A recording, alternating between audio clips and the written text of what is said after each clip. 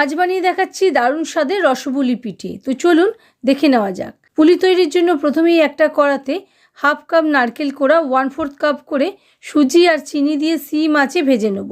অল্প এলাচ গুঁড়ো দিয়ে কড়াতে নাড়তে থাকবো যতক্ষণ না চিনি মেল্ট হচ্ছে।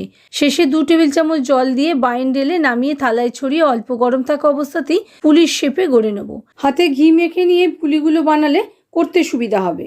এবার কড়াতে অল্প জল দিয়ে তারপর 1/2 লিটার ফুল ফ্যাট ক্রিম দুধ অ্যাড করে নেব। বয়েল এলে এলাচ গুঁড়ো আর মিশ্রি অ্যাড করে 10 মিনিট রান্না করে নেব। এ সময় 1 চিমটি নুন দিয়ে আমাদের পুলি অ্যাড করে 10 মিনিট সিম আঁচে রান্না করতে হবে, পুলি যতক্ষণ না সেদ্ধ হচ্ছে। এদিকে অল্প দুধে 1 চামচ চালের গুঁড়ো দিয়ে মিশিয়ে নেব। পুলি ভেসে উঠলে চালের গুঁড়োর ঘোল দিয়ে মিডিয়াম ফ্লেমে আরও 10 মিনিট রান্না করে নিলেই আমাদের রসপুলি পিঠে রেডি।